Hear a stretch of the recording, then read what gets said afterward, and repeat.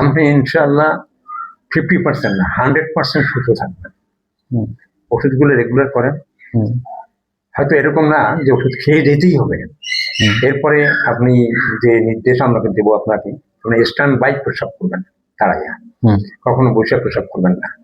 বসে প্রস্রাব করলে পোস্টেট গ্ল্যান্ড বড় হওয়ার কারণে চাপ সৃষ্টি হয়, যার কারণে প্রস্রাব আটকে যায়। আর পানি কম খাওয়ার কোনো প্রয়োজনই নেই, পানি যত বেশি খাবেন কোনো সমস্যা নেই।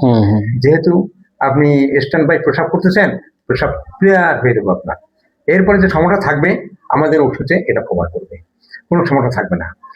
আর এরকম না যে আমাদের ওষুধ আপনার সবসময় খেয়ে যেতে হবে।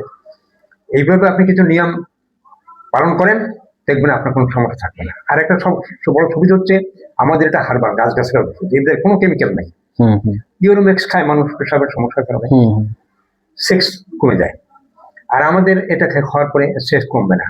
সেক্সের সমস্যা থাকলে এটারও ওষুধ আমাদের আছে, এটারও ওষুধ আছে।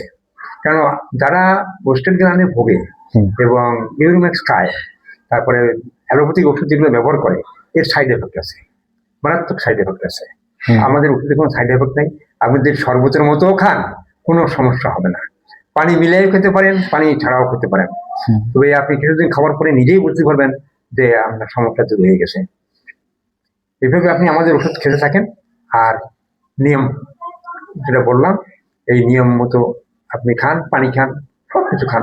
এবং খাচ্ছি আমি এখন কন্টিনিউ, আমি 3 লিটার পানি খাচ্ছি। হ্যাঁ, পানি খান, কোনো সমস্যা। আমার প্রস্রাবের আগে হয়তো দৈনিক আপনার 14 থেকে 15 বার, এখন 7-8 বারে নেমে আসছে।